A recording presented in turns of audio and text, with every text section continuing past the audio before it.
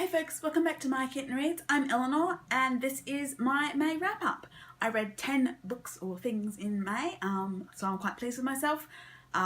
Particularly as in the first 2 weeks I only really read maybe 2 because I was continuing on something from April. But yes, I read 10 things and a lot of it was electronic, so we'll see how we go. The first thing that I finished in May was Leo Tolstoy's Anna Karenina. So this was the one that I started in the middle of April and I just kept reading it until I was done. It's over 800 pages. So this is a classic. It's Russian, a translation from Russian. And basically it's about a series of parallel sort of relationships in Russia in the 19th century. So you've got, I can't even remember their names now, but yes. Levin, who is in love and is rejected at the start. You have Anna, who's married, and then she meets Count Vronsky, who the woman who rejected Levin was falling for, and Vronsky falls for Anna, and Anna's married, and so there's all of these kind of things, and in the end, spoilers, but it's a classic, so I don't care. Levin, who has been thinking, or spends a lot of the book thinking about farming and Russian political economy, which is really baffling and kind of dull. He ends up marrying the woman he loves, and he ends up finding religion, which is faith at least, which is... And then Anna, who had left her husband and was supposedly happy with Count Vronsky, in about 5 pages... goes mad and throws herself under a train.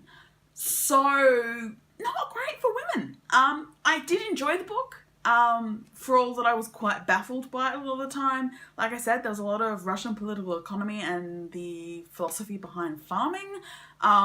There was also the fact that most of the characters keep changing their minds about everything within like 5 pages kind of thing, and so it can be there's a lot of characters and it can be kind of hard to keep track of who's thinking what at what time, and then all of a sudden you're with another set of characters, and so yeah, so it's mildly confusing, a little bit baffling, but I think the basic story is still enjoyable even if I really didn't like Anna's end. So there was that. So then I also, in that first couple of weeks, listened to an audiobook of The Murder at the Vicarage by Agatha Christie. This is one of my favourite Agatha Christie, Miss Marple stories. I've got a few favourites that I've been rereading lately on audio. But yeah, this is the one where basically Colonel Prothero is shot in the study at the Vicarage. And Miss Marple, of course, is needed to figure it all out. So yeah, that was a bit of fun. Then I read the first of my ebooks, which was, I discovered the author Anne de Courcy, who is a historical non-fiction writer, and she writes books about women in high society in particular, in the 19th and early 20th century. So the first book of hers I read was The Husband Hunters, Social Climbing in London and New York. And so that's basically about, there was like over 100 young American heiresses in the late 19th century, sort of leading up to about 1905, 1914, which, in order to social climb in the very tight-knit and set New York high society, decided, well, we're rich, we'll go to England and we will marry titles. So yeah, that was a book all about all these women who set off across the pond to find a husband. Sometimes voluntarily, sometimes because their mothers were using them to social climb, and so their mothers forced a relationship. There was one in particular who ended up locked in her mother's summer house, not allowed to leave until she agreed to marry this titled man.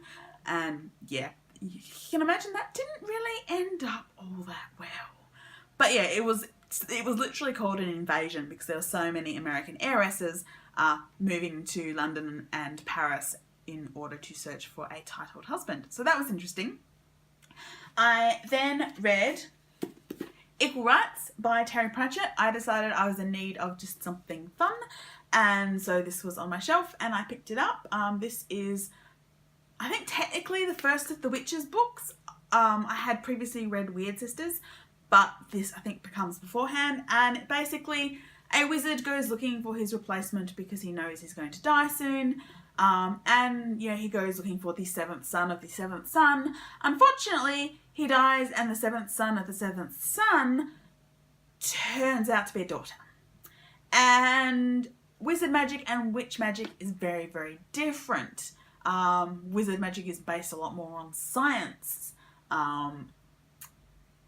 So we see Granny Weatherwax for pretty much for the first time, I think, trying to figure out how to teach this young girl who, no matter how much Granny tries, is just not going to be a witch. But of course, there are no female wizards, so that's why it's called Equal Rights, of course. It's a bit of a feminist play. It's one of the early Discworld books, so you know, it's a little bit obvious, but it was still a lot of fun and I really enjoyed it. So the next book that I finished was on my Kindle, and I've been thinking a lot about what to say about it because it was Space Opera by Catherine Ann Valenti. So this is a Hugo nominated book. It is basically, to describe it, it is Eurovision in space, and I cannot actually recommend it. This book made me so angry and distressed that I went home from the gym, sat down and cried. At that point, I was 3/4 of the way through the book, so I did actually finish it, although I skim read the end. But I skim read the end the next day and then got really angry again because I don't want to start an internet pile-on, and I'm sure it was just carelessness rather than actual malice. But I am a woman descended from Tasmanian Aboriginals, so when Tasmanian Aboriginals are therefore included in a list of dead species on Earth along with dodos in one paragraph, yeah, I got offended. And then when I am also a woman who identifies as asexual, and when asexual beings in the universe are referred to as twisted, I also got offended. So I won't say any more than that. I won't go into it any further because, like I said, I don't want to start an internet pile-on. But I can't in good conscience recommend this book. It triggered me badly. So yeah, that's all I'm going to say about it.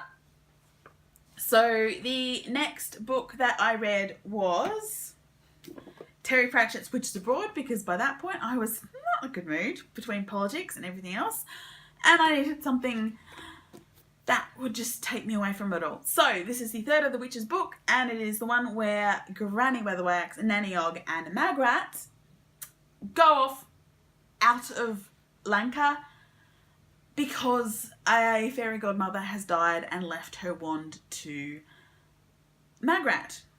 But there are not nice shenanigans afoot, and they keep tripping over fairy tales, and to Granny, this is suspicious. This is very suspicious because stories are dangerous. So it's hilarious. As with most Discworld books, sometimes you need to read words and names aloud to actually get how, before it twigs how funny it is. For example, they meet a dwarf who calls himself the greatest love in the world, and his name is Casanunda. So I was going, okay, I don't get this character, and then I said the name Casanunda out loud and went, oh, right. It's a play on Casanova, but it's a dwarf.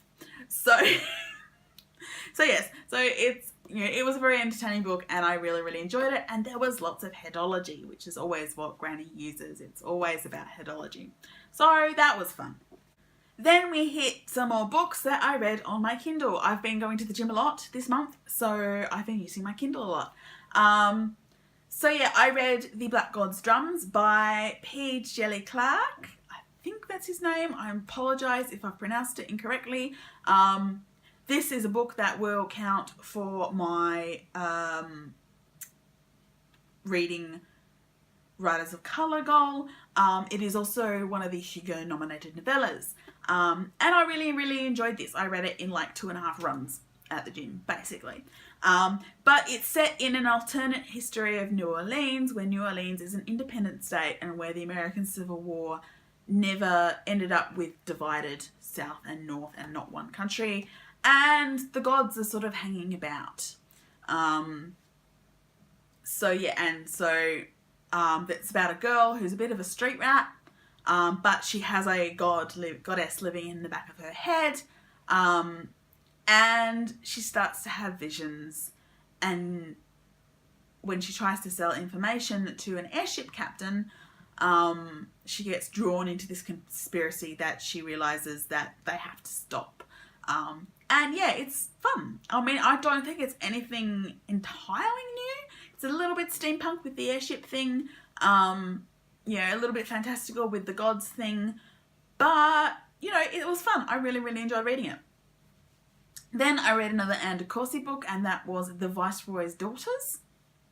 So this one was about the Curzon sisters. The Curzon sisters were the 3 daughters of one of the viceroys of India from the early 20th century. And they were part of high society, and they basically, 2 of them married with connections in high society. One of them, the eldest, Irene, never married, although she had a lot of offers. And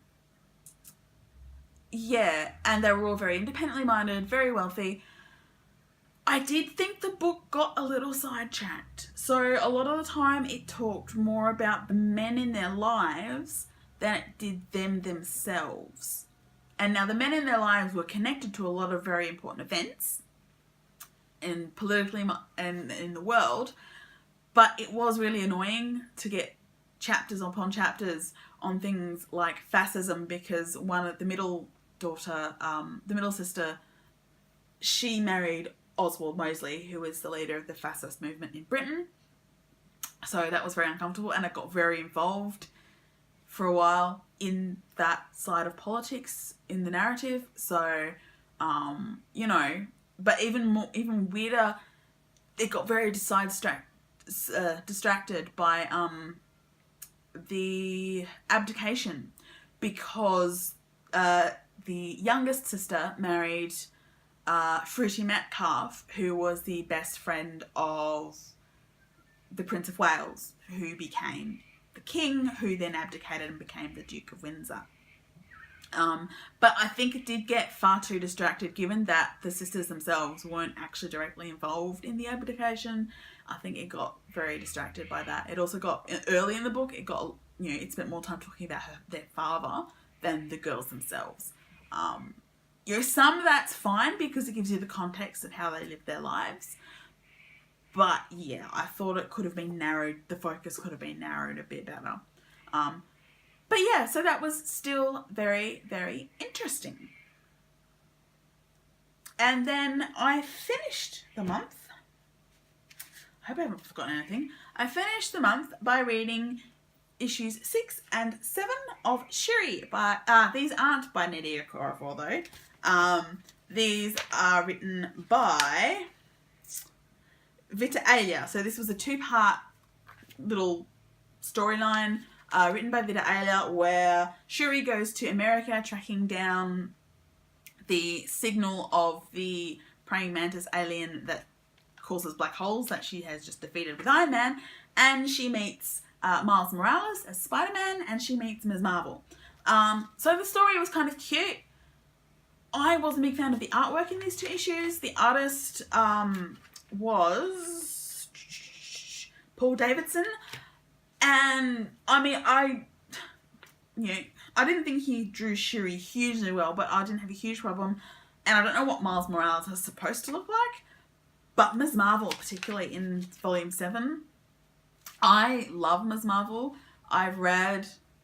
I'm not quite up to date on the Ms. Marvel comics. I think I've still got a couple of volumes to get up to date on. But I love the story, and I don't think he drew her well at all. So, yeah, I dropped a star off the star rating of both of these off for the art, because I just didn't like it. But yes, so that is what I read in May.